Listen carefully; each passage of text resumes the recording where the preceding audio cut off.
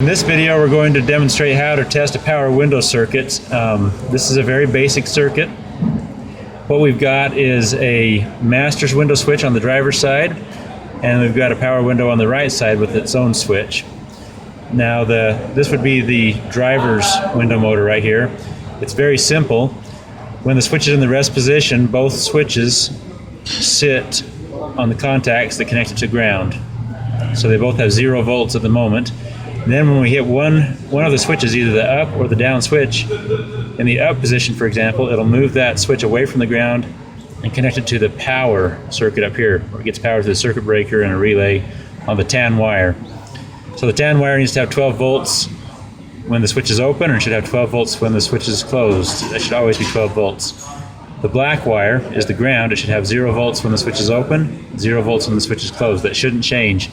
You want to test these when it's loaded, so when the switch is closed, make sure they still have the right voltage. We'll start by doing that, and then we'll go over and we'll look at the white wire and the light blue wire that come out of this switch and go to the motor. One of them, when we hit the up switch, it should switch to 12 volts. The down side on the light blue wire should stay at 0 volts, and so we have power on one side and ground on the other.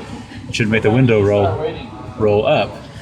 And then when we flip the switch the other direction, it reverses that. This becomes the power side, this becomes the ground side.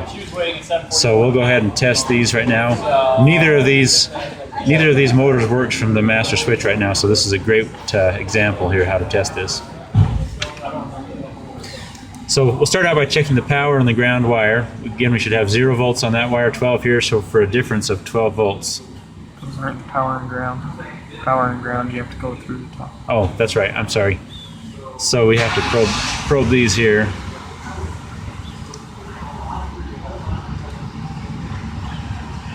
It gives us, we'll call that 12 volts. We've probably got a battery that's slightly low, but we've got 11.34 volts. Now we'll hit the switches and make sure it stays there. As long as it doesn't change significantly, then we don't have a voltage drop problem in the power wire or the ground wire that's leading to the window switch. Now we'll take the 2 wires that lead to this window motor, were the light blue and the white. So again, they should both have 0 volts right now, so I should get a reading of 0. And I do. As we hit the switch, one of them will turn to power.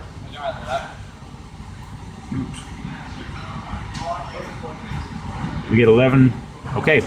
So we hit that, we get 11.3 volts. So that switch is working. One of them stayed on ground, 0 volts, and one went to power, close to 12 volts. Now if I leave my leads here and hit the switch the other direction, it should just give us the same reading but a negative number. It does. So that proves to us then that this switch is working.